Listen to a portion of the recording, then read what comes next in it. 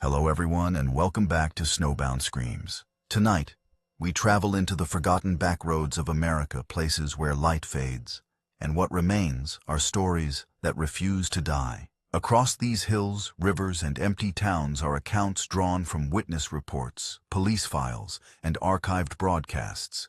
Each one verified, recorded, and retold in their own words. These are the stories of those who serve and protect our smallest communities, the sheriffs who stand between order and what lies beyond it. In the vast expanse of rural America, they are often the only law for hundreds of miles, the thin blue line stretched to its breaking point. From Montana's endless prairies to Louisiana's murky bayous, from Alaska's frozen tundra to West Virginia's hollows, these men and women have witnessed things that defy explanation. Their official reports tell one story, but what they've seen in the shadows tells another. Now let us begin with our first story. It was late October of 2008 when Sheriff Tom Callahan first received the strange call. The prairie winds of Macomb County, Montana carried the first hints of winter as they swept across the endless plains, rattling the windows of the small sheriff's department. Callahan had served this sparsely populated county for 17 years. And in that time, he had come to know every mile marker, every abandoned homestead, every resident by name. The county covered 2,681 square miles with a population of just 1,643 people, leaving vast expanses of land where only the wind kept company. That Tuesday evening began like any other. Callahan was finishing paperwork at his desk, the fluorescent lights humming overhead while his deputy, Jim Henson, was out on patrol near the North Dakota border. The radio crackled occasionally with routine traffic, a farmer reporting a missing calf, a request for a welfare check on an elderly resident, the ordinary business of keeping watch over so much territory with so few resources. At 9:47 p.m., the dispatch system recorded an incoming call from a frequency that shouldn't have been active, the old station at Weldon, a town that had been abandoned for nearly 30 years after the railroad pulled out and the last family moved away. The voice on the line was calm, professional, almost businesslike. "Sheriff's Department, Weldon Station reporting," it said. "We've got a situation out here at the grain elevator. Need assistance." Callahan sat up straight, his pen freezing mid-signature. Weldon hadn't had a functioning station since 1982, and the grain elevator had collapsed in a winter storm 15 years ago. "Who is this?" Callahan asked, his voice measured despite the confusion. There was only static in response. Callahan checked the caller ID it showed as coming from the old Weldon station number, a line that had been disconnected for decades. He radioed Deputy Henson to check the area, though it was nearly 60 miles from his current position. The call came again at 10:23 p.m. Same voice, same professional tone. "Sheriff's Department, Weldon Station, requesting backup at the old highway crossing. We've got an 18-wheeler overturned, blocking both lanes." Callahan felt a cold prickle on his neck. The old highway hadn't been used since the interstate was built in the 1970s, and no truck would be out there on that forgotten stretch of road. He asked dispatch to trace the call, but they reported back that it was impossible. The signal seemed to be coming from nowhere and everywhere at once, bouncing across towers in a pattern that defied technological explanation. That night, Callahan drove to Weldon himself, finding nothing but decaying buildings and silence under the vast Montana sky. The calls continued for 3 more nights, always between 9 p.m. and midnight, always reporting incidents that couldn't possibly be happening. A fire at the elementary school that had been torn down in 1979. A domestic disturbance at the Miller farm, though the Millers had sold the property and moved to Florida in 1993. A robbery at the bank that had closed its doors for good in 1985. Each call was delivered in the same calm, professional voice, as if the dispatcher on the other end had no idea that 30 years had passed. Callahan began keeping detailed notes, documenting each call, each impossible scenario, each technological anomaly that the county's communications expert couldn't explain. On the 4th night, Callahan decided to wait at the abandoned station, parking his cruiser where the sheriff's vehicle would have parked decades ago. The wind howled through the empty buildings, creating mournful sounds that seemed to carry voices from the past.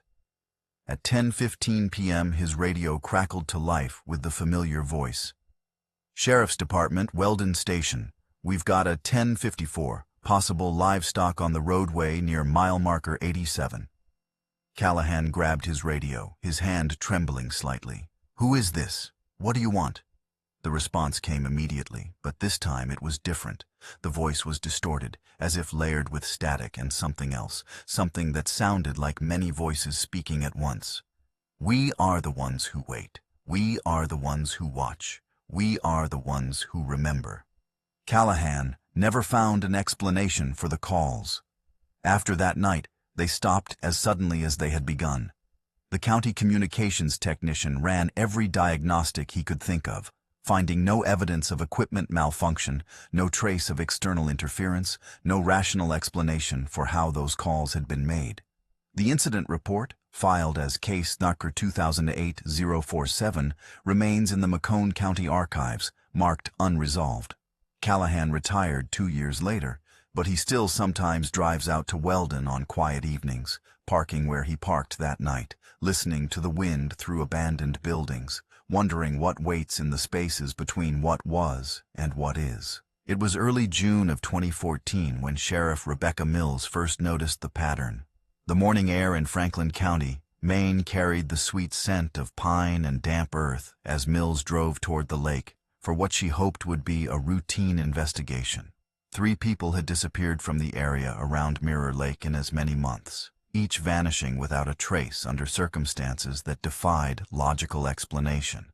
Mills had been elected sheriff 2 years earlier, the first woman to hold the position in the county's history, and she had approached the job with methodical precision and an unwavering belief that every mystery had a rational solution. The first disappearance had been in March, a teenage boy who went fishing after school and never returned home. His boat was found moored at the dock, his tackle box neatly arranged, his half-eaten sandwich still on the cooler where he'd left it.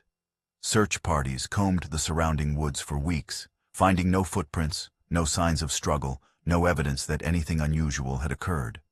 The boy's parents still left the porch light on every night, hoping against hope that their son would walk up the driveway, explaining that he'd simply lost track of time. The second disappearance came in April, an elderly woman who walked her dog along the lake shore every morning at dawn. One day, only the dog returned, whimpering and pacing at the end of its leash, its fur strangely damp despite the dry weather. By the time the third person vanished in early June, a middle-aged man camping alone on the far side of the Lake Mills had established a task force and brought in state investigators. They found his tent perfectly pitched, his coffee still warm in a tin cup, a book open to page 87 on his sleeping bag. There were no tracks leading away from the campsite, no signs of foul play, no indication that anyone had been there except the missing camper himself. The state investigators suggested wild animal attacks, accidental drownings, even the possibility of a coordinated series of runaways, but none of these theories could explain the meticulous order left behind at each scene, the complete absence of evidence, the profound wrongness that seemed to hang over Mirror Lake like a fog. Mills began spending her evenings at the lake, parked in her cruiser, where she could see the water shimmer under the moonlight. She noticed things others had missed, how the lake sometimes reflected what wasn't there, how shadows moved against the wind, how the surface would occasionally ripple without cause. One night, she saw what appeared to be a figure standing at the far end of the lake, watching her. When she drove around to investigate, she found only wet footprints leading to the water's edge, and nothing beyond. The next morning, she discovered that her cruiser's windshield had been covered in a fine, silvery dust that the lab later identified as microscopic diatoms, algae that typically grow only in the deepest parts of the lake. The breakthrough came on a humid night in late June when Mills decided to walk the shoreline alone, without backup, without radio, without anything but her flashlight and her sidearm. At approximately 11:30 p.m., as recorded in her official report, she noticed a strange phenomenon. The lake was perfectly still, yet the reflection in the water showed clouds moving rapidly across the sky, trees swaying in a wind that wasn't blowing. She aimed her flashlight at the water, and the beam seemed to bend unnaturally, curving downward as if being pulled into the depths. That's when she heard it, a sound like distant whispers, overlapping and indistinct, coming from somewhere below the surface. Mills stood frozen at the water's edge, her training screaming at her to retreat, but her curiosity compelling her to stay. The whispers grew louder, resolving into what sounded like the names of the missing people, spoken not by human voices, but by something that mimicked human speech imperfectly. She felt a strange pull, a magnetic attraction to the water that made her feet feel heavy, her thoughts sluggish. Her flashlight flickered and died, leaving only the moonlight to illuminate the scene. In that moment, she saw shapes moving beneath the surface, elongated shadows that seemed to reach toward her with impossible arms. She fired her sidearm into the water, the sound breaking the spell. The whispers stopped, the shapes vanished, and the lake returned to normal. No one else ever reported experiencing what Mills witnessed that night. The scientific team she brought in the next day found nothing unusual, no evidence of electrical anomalies, no strange biological specimens, no explanation for what she had seen and heard. The disappearances stopped as suddenly as they had begun, and life in Franklin County gradually returned to normal. Mills never spoke publicly about what happened at Mirror Lake that night, mentioning only in her official report that she had experienced unexplained phenomena during her investigation.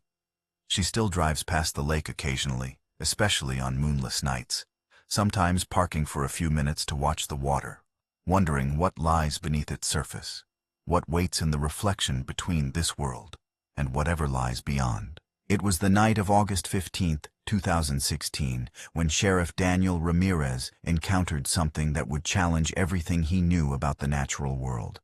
The summer heat of West Texas hadn't fully surrendered to the evening, leaving the air thick and heavy as Ramirez drove his patrol vehicle along Highway 905, a desolate stretch of road connecting two small towns 60 miles apart. As the elected sheriff of Brewster County, Ramirez was responsible for 8,793 square miles of rugged terrain, much of it empty desert where the only witnesses to strange events were the stars and the endless horizon. The night began routinely enough. Ramirez had responded to a minor traffic accident near the county line, paperwork that kept him until after midnight. As he drove back toward his office in Marathon, he noticed a vehicle pulled over on the shoulder approximately 3 miles ahead. His headlights caught the distinctive shape of a late-model sedan, its emergency flashers cutting rhythmic patterns through the darkness. Standard procedure dictated a welfare check, especially on a highway so remote that help could be hours away. Ramirez radioed his position to dispatch 1023, conducting motorist assist at mile marker 47, and pulled in behind the sedan, leaving his engine running and his lights on. As Ramirez approached the vehicle, he immediately sensed that something was wrong. The driver's side door stood open, but no one was inside or visible nearby. The engine was still running, though barely, making a strange sputtering sound that didn't quite match any mechanical failure Ramirez had encountered before. His flashlight beam swept the interior keys in the ignition, a wallet on the passenger seat, a cell phone on the dashboard with its screen displaying an incoming call that had been ringing for several minutes. The caller ID showed unknown number. Ramirez called out into the darkness, his voice swallowed by the vast emptiness of the desert. Brewster County Sheriff's Department. Is anyone here? Do you need assistance? The only response was a low hum that seemed to come from everywhere at once, a vibration that traveled up through the soles of Ramirez's boots and resonated in his chest cavity. It wasn't a sound he could identify as mechanical or natural, but something else entirely, something that made the hairs on his arms stand on end. That's when he noticed the tracks in the sand. Not footprints leading away from the vehicle, but a single set of prints that began about 20 feet from the sedan and extended into the desert. What made them unusual was their spacing.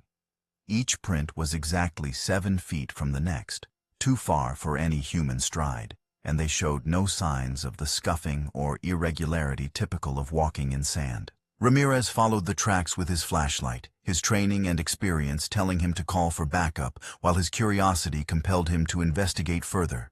The tracks extended approximately 100 yards into the desert before simply stopping, as if whatever made them had vanished into thin air. There was no disturbance in the sand beyond the last print, no evidence of return travel, no explanation for how the person had left the area. Ramirez was scanning the horizon when his radio crackled to life with a voice he didn't recognize. "Sheriff," it said, "you should not be here. You should leave now." The voice was distorted, metallic, yet somehow familiar, like an echo of his own voice played back through poor equipment. Ramirez grabbed his radio, his heart pounding despite his efforts to remain calm. "Who is this? Identify yourself." The response came not through his radio, but from behind him, where the abandoned sedan still sat with its engine sputtering. "We have taken what we came for. The rest is not your concern."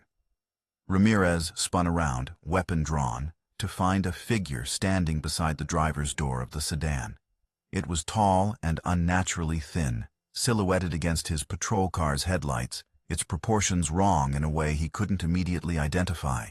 The figure raised what might have been an arm, and Ramirez felt an intense pressure in his head, a pain so severe that he dropped to his knees, his vision swimming with colors that had no names. When Ramirez regained his senses minutes later, he was alone beside the highway. The sedan was gone, though its tracks in the sand suggested it had driven away at high speed. The mysterious footprints had vanished as well, wiped clean by a wind that hadn't been blowing moments before.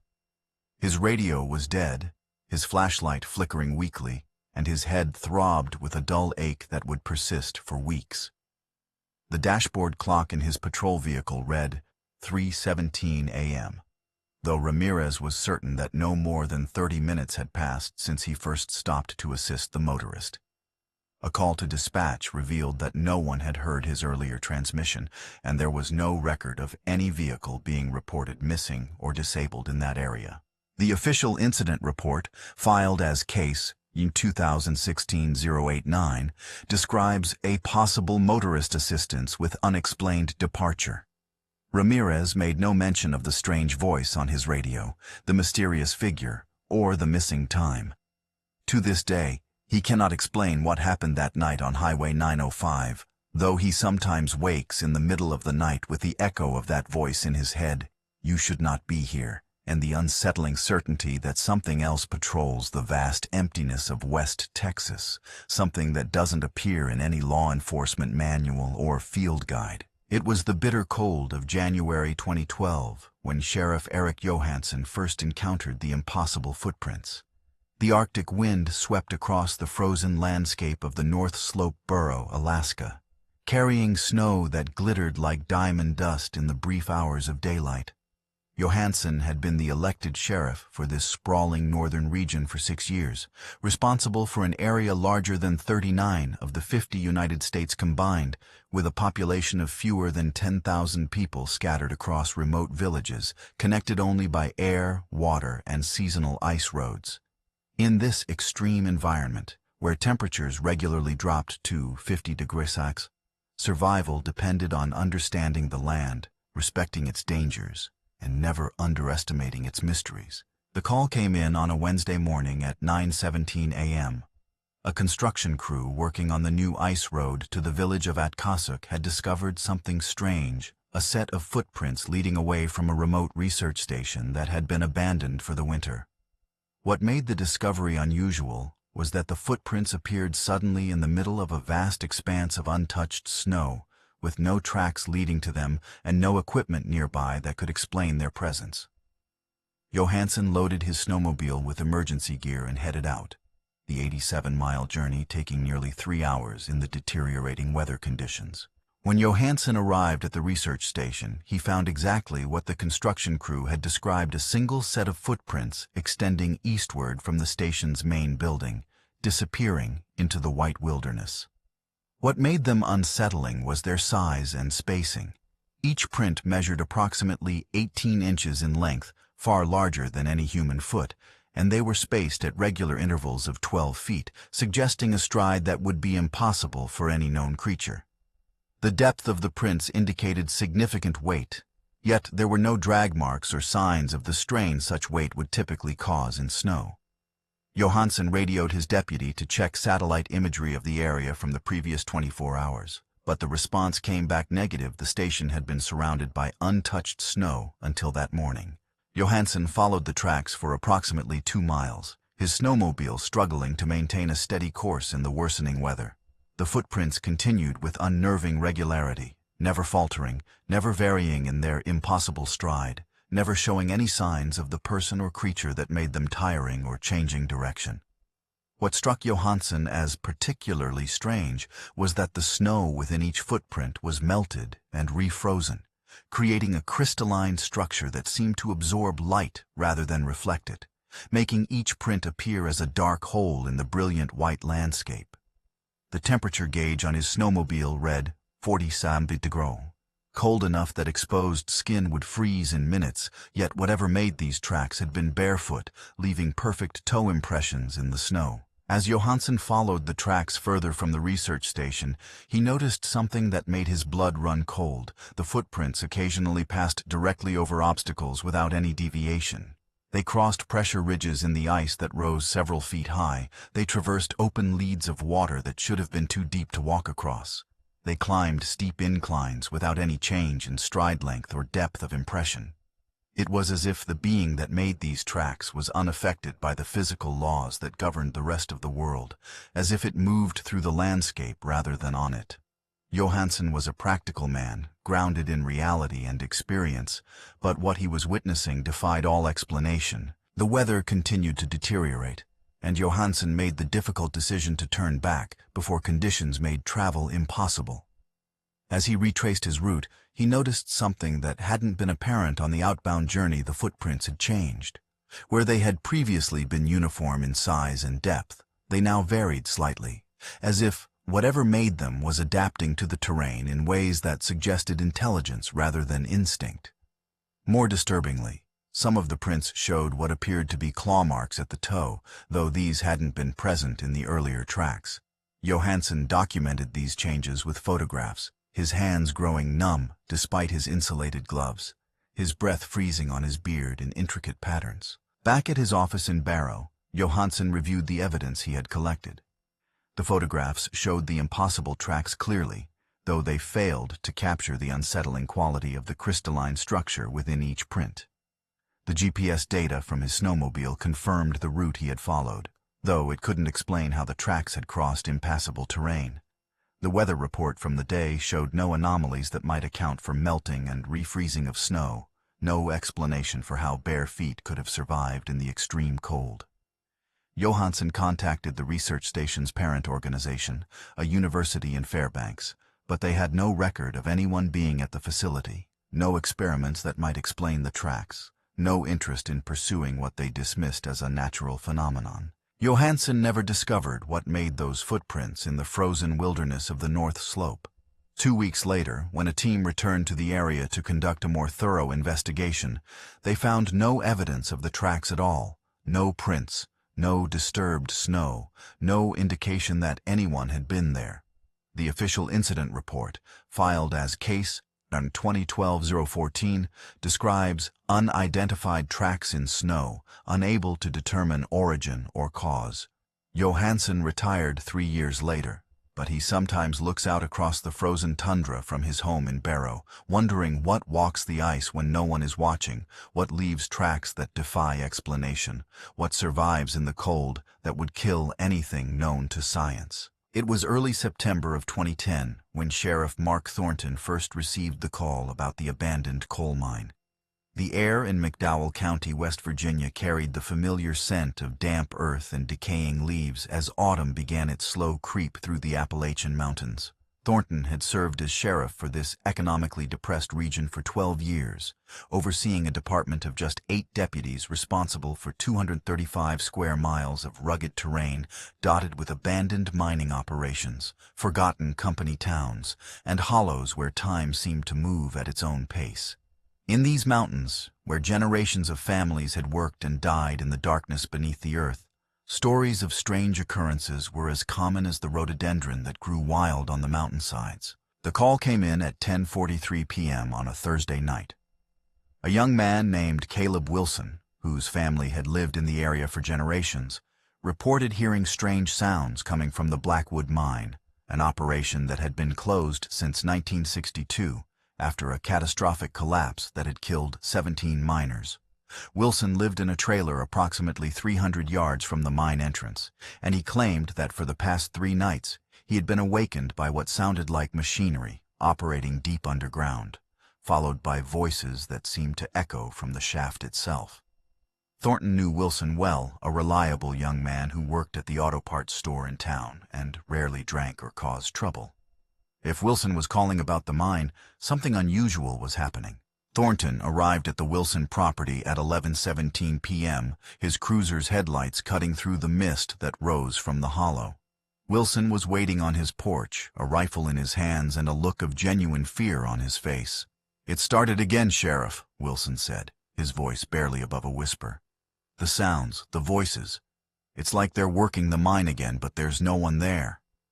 Thornton listened intently, but heard only the customary sounds of the mountain's crickets, wind in the trees, the distant hoot of an owl.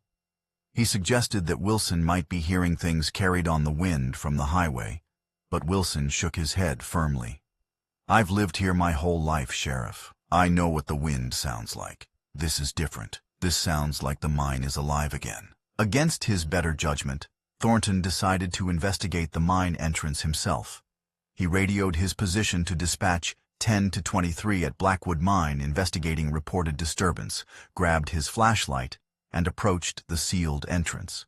The concrete barrier that had been erected in 1963 was still intact, though weathered and covered in graffiti. There was no sign of forced entry, no indication that anyone had been near the entrance in years. As Thornton swept his flashlight across the area, he noticed something unusual. The ground around the entrance was vibrating slightly, a low thrum that seemed to travel up through the soles of his boots. He placed his hand on the concrete barrier and felt the same vibration, accompanied by a strange cold that seemed to emanate from within the mine itself. That's when he heard it, a distant sound like machinery operating underground, rhythmic and steady, followed by what might have been voices speaking in a language he couldn't identify. The sounds were muffled by the concrete barrier, yet they carried clearly through the night air, distinct from any natural phenomenon Thornton had encountered in his years of service. He radioed for backup, his voice measured despite the unease that was creeping up his spine. When Deputy Sarah Mitchell arrived 20 minutes later, she confirmed hearing the same sounds, though she noted that they seemed to be fading, growing more distant with each passing minute. By 1 a.m., the sounds had stopped entirely, leaving only the normal night sounds of the mountains. Thornton and Mitchell conducted a thorough search of the area, finding no footprints other than their own, no evidence of trespassing, no explanation for what they had heard. The concrete barrier showed no signs of tampering, the ground around the entrance undisturbed except where they had walked. Thornton made a note in his report about the vibration he had felt, the cold that seemed to emanate from the mine, the sounds that had no logical source. As he was preparing to leave, Wilson approached him with a strange object he had found near his trailer that morning, a small, metallic object shaped like a gear, though made of a material that didn't resemble any metal known to Wilson or to Thornton. The next day, Thornton took the object to a geologist at the local community college, who identified it as being composed of an alloy that couldn't be naturally occurring and wasn't used in any known mining or industrial processes. The object was strangely cold to the touch, maintaining a temperature approximately 20 degrees below room temperature regardless of how long it was held. More disturbingly, when placed near electronic equipment, it caused interference and occasional power failures. The geologist had no explanation for the object's origin or properties, though he suggested it might be some kind of meteorite or other extraterrestrial material. The disturbances at the Blackwood mine continued intermittently for 3 more weeks, always between 10 p.m. and 2 a.m., always following the same pattern of machinery sounds followed by unintelligible voices. Thornton established a surveillance operation, setting up audio and video equipment to document the phenomena. The recordings captured the sounds clearly, though analysis by audio experts couldn't identify the machinery or language. The video showed occasional fluctuations in light and shadow around the mine entrance, though no visible source for these anomalies. On the final night of the disturbances, September 28th, the equipment recorded a voice speaking in clear English. "The shift is over. Time to go home." After that night, the sounds never returned. The official incident report, filed as Case Number 2010-053, describes unexplained auditory phenomena at abandoned Blackwood mine. Thornton never found a rational explanation for what happened at the mine that autumn, though he sometimes drives past the sealed entrance on his patrols, stopping occasionally to listen to the silence, wondering what shifts still change in the darkness beneath the mountains, what miners still work in the hollow earth, what time clock still measures hours that have no place in our world. It was the night of July 22, 2015, when Sheriff Ben Carter first witnessed the impossible lights. The summer heat of Nebraska hadn't broken with the sunset, leaving the air thick and heavy as Carter drove his patrol vehicle along County Road 7, a rural route that cut through endless fields of corn stretching to the horizon. As the elected sheriff of Hamilton County, Carter was responsible for 546 square miles of agricultural land, where the population was scattered across small towns and family farms. In this landscape, where the sky was vast and the horizon distant, strange lights weren't uncommon weather phenomena. Aircraft, satellite re-entries, even the occasional prank with flares or drones could explain most sightings. The call came in at 11:34 p.m. An elderly farmer named Harold Miller reported seeing strange lights in his cornfield, approximately 5 miles south of Aurora. Miller was a reliable witness, a retired Air Force meteorologist who had spent his life studying atmospheric phenomena, and was unlikely to mistake ordinary lights for something unusual. Carter knew Miller well, a quiet, methodical man who had farmed the same land for 50 years, and who rarely called the sheriff's office unless something was genuinely wrong. "They're not like anything I've ever seen, Ben," Miller said over the phone, his voice steady but with an undercurrent of something Carter couldn't quite identify: fear, perhaps, or awe. "They're moving in patterns that don't make sense. Not aircraft, not weather, not anything I can explain." Carter arrived at the Miller farm at 11:58 p.m., finding the elderly man waiting on his porch with a pair of binoculars and a camera with a telephoto lens. The cornfield stretched across approximately 80 acres, the stalks standing nearly 7 feet tall in the July growth. As Carter's eyes adjusted to the darkness, he saw what Miller was referring to: lights moving through the cornfield, approximately 200 yards from the farmhouse. They weren't like any lights Carter had seen before, spherical in shape, approximately the size of a basketball, glowing with a soft, blue-white light that seemed to pulse gently.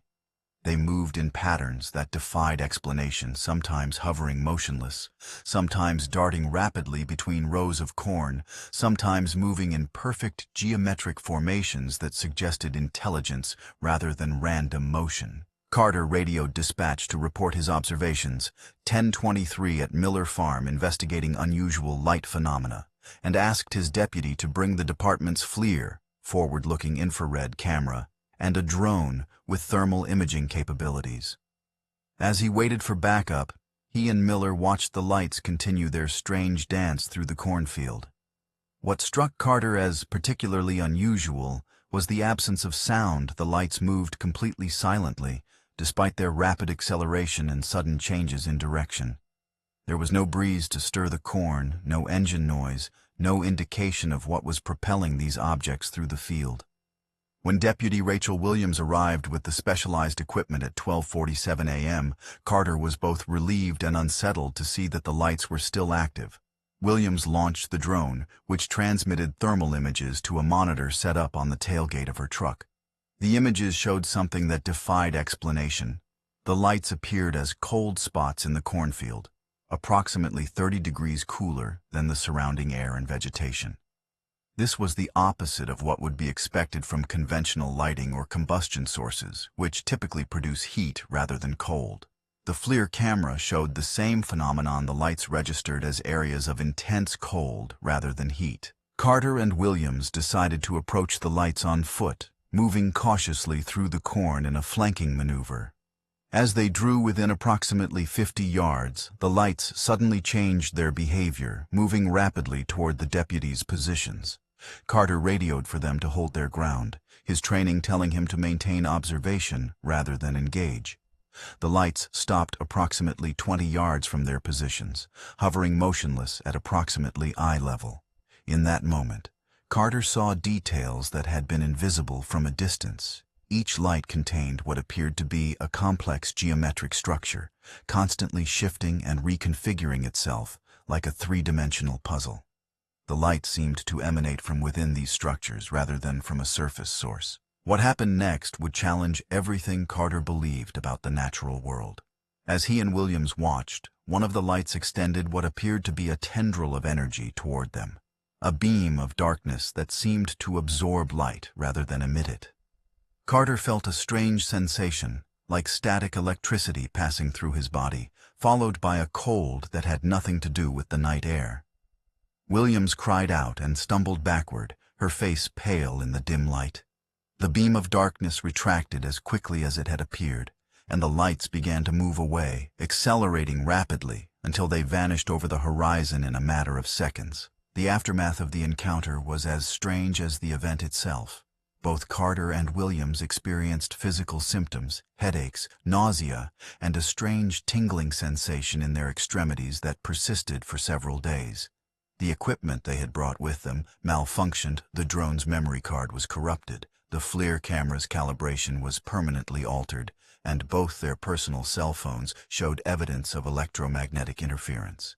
Most disturbingly, when they examined the area where the encounter had occurred, they found the cornstalks bent and broken in patterns that suggested something heavy had passed through, yet there were no tracks or indentations in the soil beneath the plants. The official incident report, filed as Case 2015-037, describes unidentified aerial phenomena with electromagnetic effects. Carter never found a satisfactory explanation for what he and Williams witnessed that night in the cornfield, though he consulted with experts from the military, civilian aviation authorities, and even a ufologist who had tracked similar sightings in the Midwest.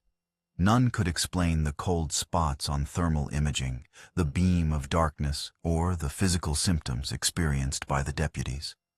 Carter still sometimes drives past the Miller farm at night, parking on the county road to watch the cornfield, wondering what harvest comes in the darkness when no one is watching, what patterns form in the rows when ordinary eyes are turned away. It was the humid night of August 5, 2017, when Sheriff Andre Broussard first encountered what the locals called the Rougarou's warning. The air in St. Martin Parish, Louisiana was thick with moisture and the scent of cypress and stagnant water as Broussard guided his patrol boat through the winding channels of the Atchafalaya Basin. As the elected sheriff for this parish of swamps, bayous, and small Cajun communities, Broussard was responsible for 816 square miles of waterways and wetlands where traditional law enforcement methods often proved inadequate.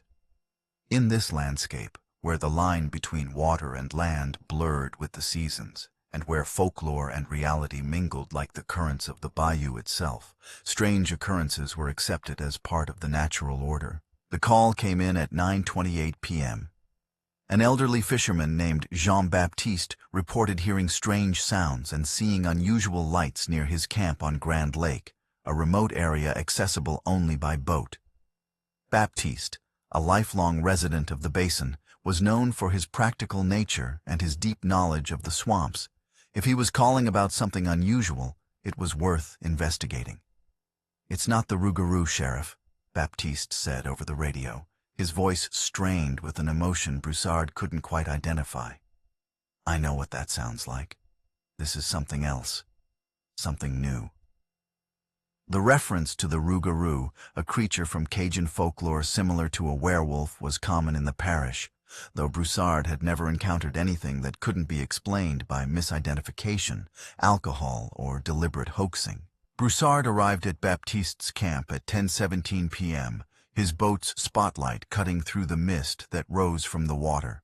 The camp was a simple structure on stilts, accessible only by a small dock that extended into the bayou. Baptiste was waiting on the dock, a shotgun in his hands and a look of genuine fear on his face. "They're out there again, Sheriff," he said, pointing toward a dense cypress grove approximately 200 yards away. "Not human, not animal, something else." Broussard listened intently but heard only the customary sounds of the swamp insects, frogs, the occasional splash of a fish or alligator. He asked Baptiste to describe what he had seen and heard, and the old fisherman spoke of lights that moved too deliberately to be fireflies, of sounds that resembled human speech but in no language he recognized, of the feeling of being watched by something intelligent and malevolent. Against his better judgment, Broussard decided to investigate the area Baptiste had indicated. He radioed his position to dispatch 1023 at Baptiste Camp, investigating reported disturbance, and guided his boat slowly toward the cypress grove, his spotlight sweeping across the water and the trees. As he approached, he noticed something unusual. The water around the cypress knees was strangely still, as if unaffected by the slight breeze that rippled the surface elsewhere.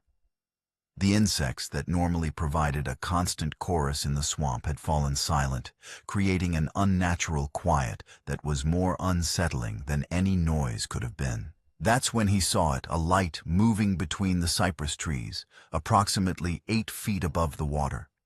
It wasn't like any light Broussard had seen before, a soft, greenish glow that seemed to pulse gently, illuminating the Spanish moss that hung from the branches like spectral curtains. The light moved in a pattern that suggested intelligence rather than random motion, sometimes hovering motionless, sometimes darting rapidly between trees, sometimes following the contours of the shoreline as if searching for something. Broussard grabbed his binoculars, trying to identify the source of the light, but could see only the glow itself. No structure, no bulb, no apparent mechanism. As Broussard watched, another light appeared, identical to the first, but moving independently. The two lights began to interact, approaching and retreating from each other in what seemed like a deliberate dance. Broussard felt a strange sensation, like static electricity passing through his body, followed by a cold that had nothing to do with the night air. That's when he heard it, a sound like whispering, coming from multiple directions at once, though he couldn't identify any specific words or language. The sound seemed to emanate from the water itself, rising through the air like vapor, surrounding him with voices that spoke in tongues he had never heard. Broussard radioed for backup, his voice measured despite the unease that was creeping up his spine. When Deputy Marie Leblanc arrived 20 minutes later, she confirmed seeing the lights and hearing the strange whispers, though she noted that they seemed to be fading, growing more distant with each passing minute. By 11:45 p.m., the lights had vanished entirely, leaving only the normal night sounds of the swamp. Broussard and Leblanc conducted a thorough search of the area, finding no footprints other than their own, no evidence of trespassing, no explanation for what they had seen and heard. The water around the cypress knees had returned to normal, rippling gently with the breeze, and the insects had resumed their nightly chorus. The next day, Broussard returned to the area with a team from the Louisiana Department of Wildlife and Fisheries. They found no evidence of unusual animal activity, no signs of chemical or biological contamination, no explanation for the lights or sounds. What they did find was a series of circular depressions in the mud beneath the cypress trees, each approximately 3 feet in diameter and arranged in a geometric pattern that suggested deliberate design rather than random occurrence. The depressions showed no signs of animal tracks or human footprints leading to or from them, as if whatever had created them had appeared and vanished without touching the surrounding ground. The disturbances continued intermittently for 2 more weeks, always between 9 p.m. and midnight, always following the same pattern of lights and whispers. Broussard established a surveillance operation, setting up audio and video equipment to document the phenomena. The recordings captured the lights and sounds clearly, though analysis by experts couldn't identify the source or nature of either. The video showed occasional fluctuations in light and shadow around the cypress grove, though no visible source for these anomalies. On the final night of the disturbances, August 19th, the equipment recorded a voice speaking in clear French, Nous avons trouvé ce que nous cherchions. Il est temps de partir.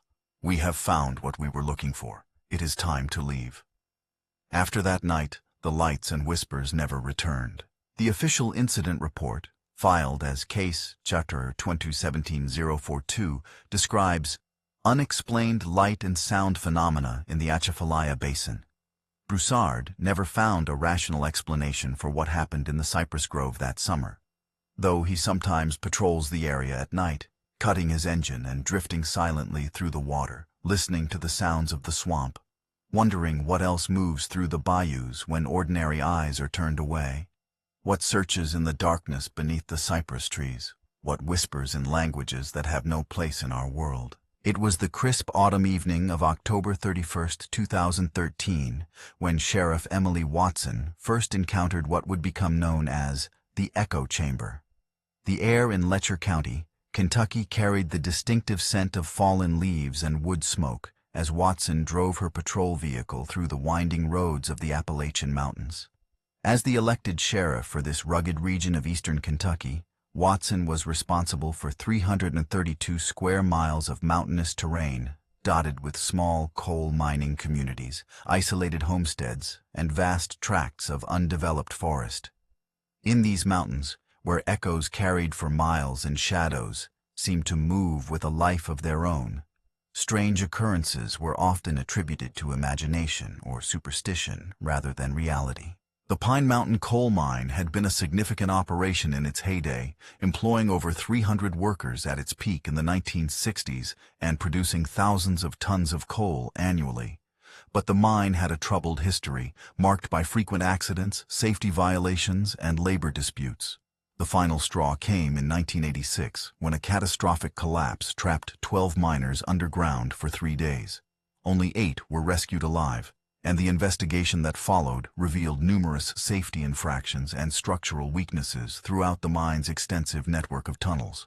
The owners declared bankruptcy, the mine was sealed permanently, and the property had sat abandoned ever since, gradually being reclaimed by the surrounding forest. Local legends had grown around the mine in the decades since its closure, with tales of ghost sightings and strange sounds becoming part of the community's folklore. The call came in at 8:47 p.m. on Halloween night. A young woman named Amber Hayes reported hearing what sounded like a child crying for help from deep within the abandoned Pine Mountain coal mine. Hayes lived with her family in a house approximately 500 yards from the mine entrance, and she claimed that for the past hour she had been hearing the cries interspersed with what sounded like mining equipment operating underground. Watson knew Hayes well, a sensible college student home for the holiday, not prone to exaggeration or prank calls.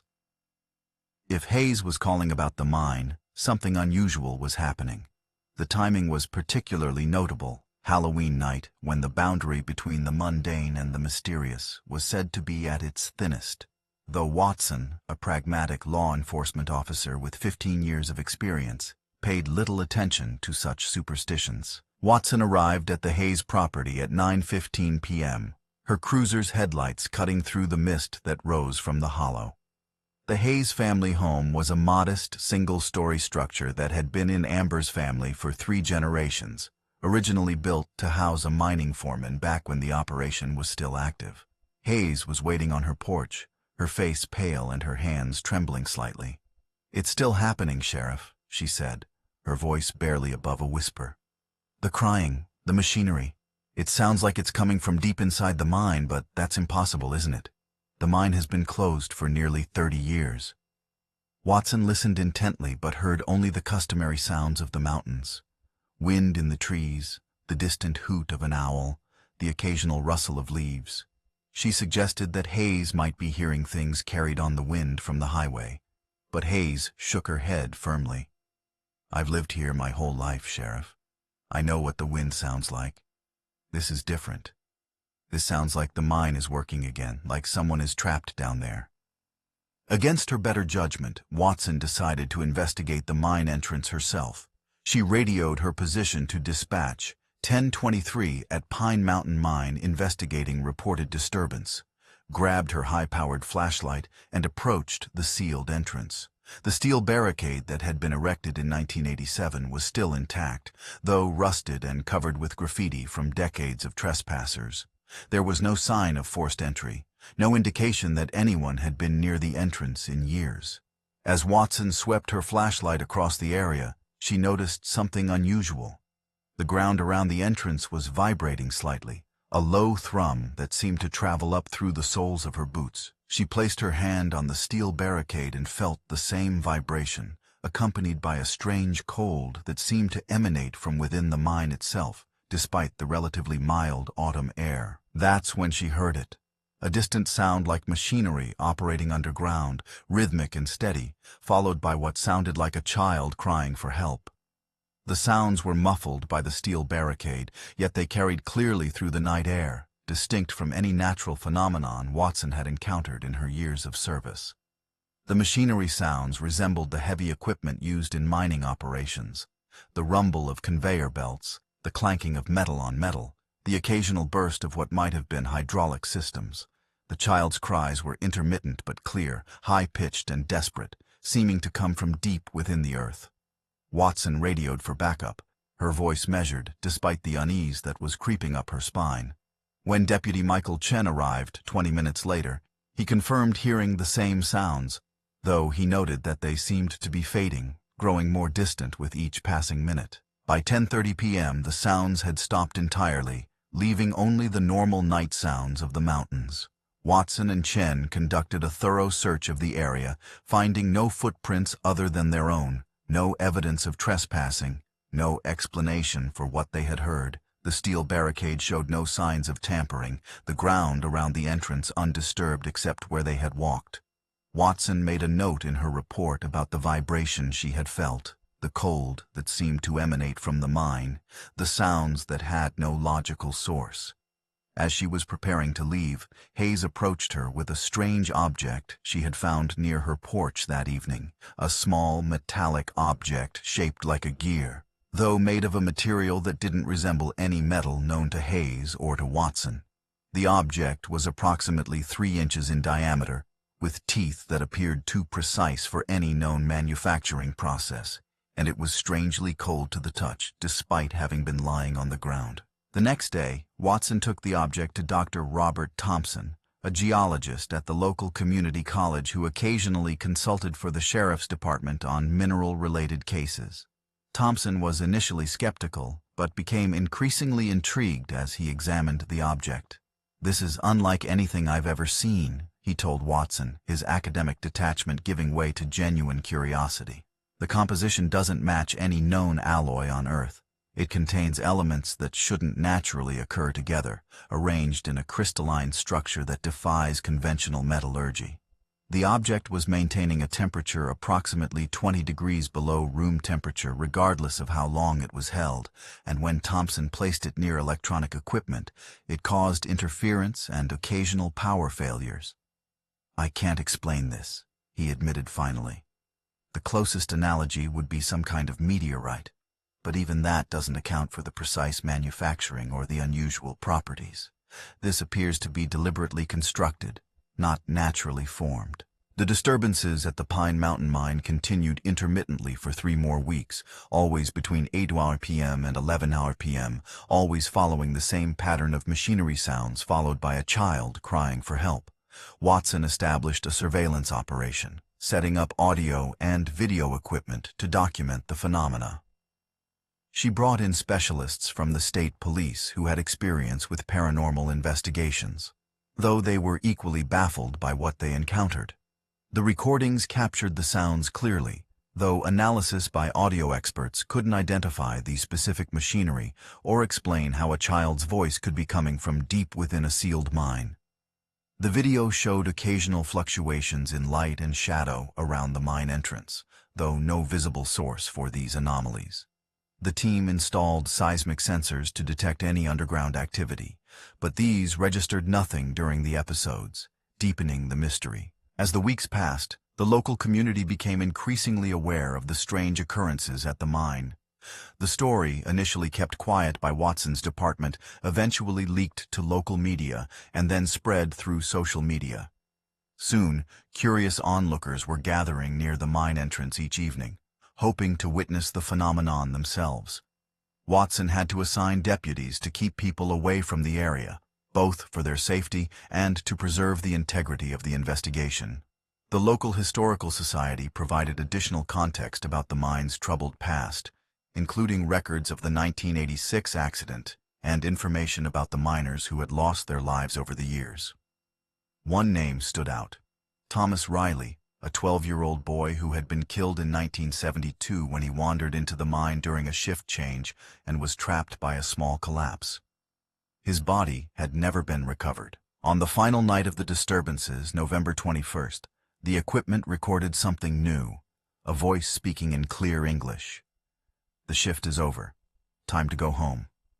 The voice was adult, male, and calm, with a distinctive Appalachian accent that some of Watson's deputies recognized as similar to those of older residents in the area.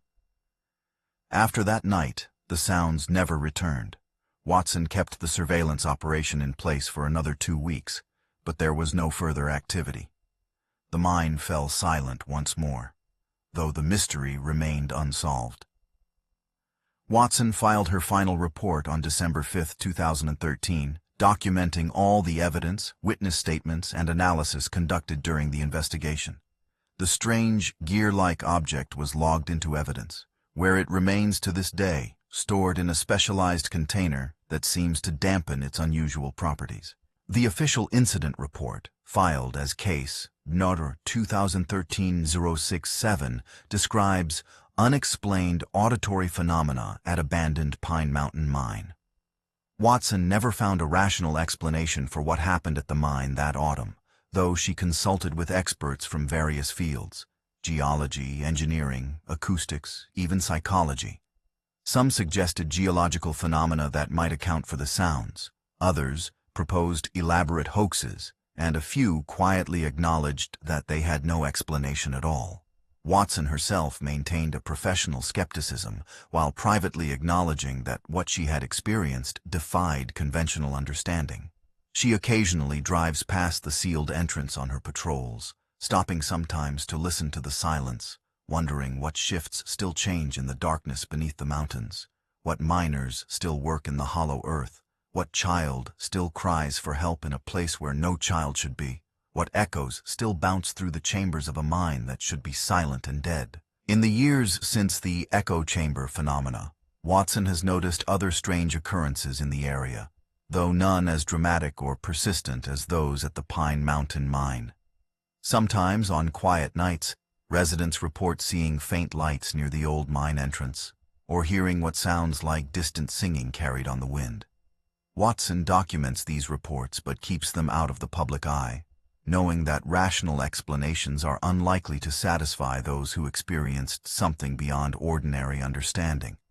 The mine has become part of the local folklore, a cautionary tale told to children and a mystery debated by adults. For Watson, it remains an open case, a question mark in a career otherwise defined by answers and resolutions. A reminder that even in the 21st century, there are still places where the boundary between the known and unknown remains permeable, where echoes from the past can sometimes reach into the present, and where the mountains keep secrets that may never be fully understood. The American landscape remains vast and unknowable. From the endless prairies of Montana to the murky bayous of Louisiana, from the frozen tundra of Alaska to the hollows of Appalachia, there are places where the veil between the known and the unknown grows thin, where ordinary laws of nature and physics seem to bend, if only for a moment. These are the stories of those who serve and protect our smallest communities, the sheriffs who stand between order and what lies beyond it, the witnesses to phenomena that defy explanation, the keepers of official reports that document what should not be possible. What these 7 stories have in common is not just the unexplainable nature of the events, but the credibility of those who experienced them. These are not tales told around campfires or whispered in the dark. They are documented incidents filed in official records by law enforcement professionals trained to observe, report, and explain. Yet in each case, explanation remained elusive. Rational theories fell short, and the witnesses were left with experiences that challenged their understanding of the world. The empty station in Montana, the vanishing at Mirror Lake, the desert highway encounter, the frozen footprints in Alaska, the hollow mine in West Virginia, the cornfield lights in Nebraska, the bayou disturbance in Louisiana, each represents a small tear in the fabric of what we consider reality. Perhaps the most unsettling aspect of these stories is not what was seen or heard, but what remains unseen and unheard. The knowledge that there are forces at work in our world that operate beyond our understanding, that there are places where the normal rules don't apply, that there are phenomena that leave no evidence except in the memories and official reports of those who witness them. In the vast expanses of rural America, where darkness falls unfiltered by city lights and silence stretches for miles, these encounters remind us that we are not always the masters of our domain, that there are mysteries that resist our attempts to categorize and explain them. The sheriffs in these stories did what they were trained to do. They documented what they observed. They sought rational explanations. They filed official reports that acknowledged the limitations of their understanding. They did not leap to supernatural conclusions or embrace fantastical theories. They simply recorded what happened, leaving the interpretation to others. In doing so, they created a record of the unexplainable, a testament to the limits of human knowledge and the persistence of mystery in a world that often seems to have been fully explored and explained. What connects these disparate encounters across time and geography is not a specific creature or phenomenon, but rather the quality of the experience itself, the sense of something intelligent and purposeful just beyond the edge of our perception, the feeling of being observed by something that operates by different rules, the realization that our understanding of reality is incomplete at best. Whether these experiences represent natural phenomena we have yet to understand, encounters with beings from other dimensions or worlds, or something else entirely, they remind us that the world is stranger and more complex than we often acknowledge. If you or someone you know has a true story to share, leave it in the comments below. The documentation of these experiences serves not only to satisfy our curiosity about the unknown, but also to create a record that might eventually help us understand what lies beyond the edge of our current knowledge. Each account adds to the pattern, each witness contributes to the picture, each official report provides another piece of a puzzle that may one day reveal a larger truth about our world and our place in it. Thank you for watching Snowbound Screams. Until next time, stay safe out there.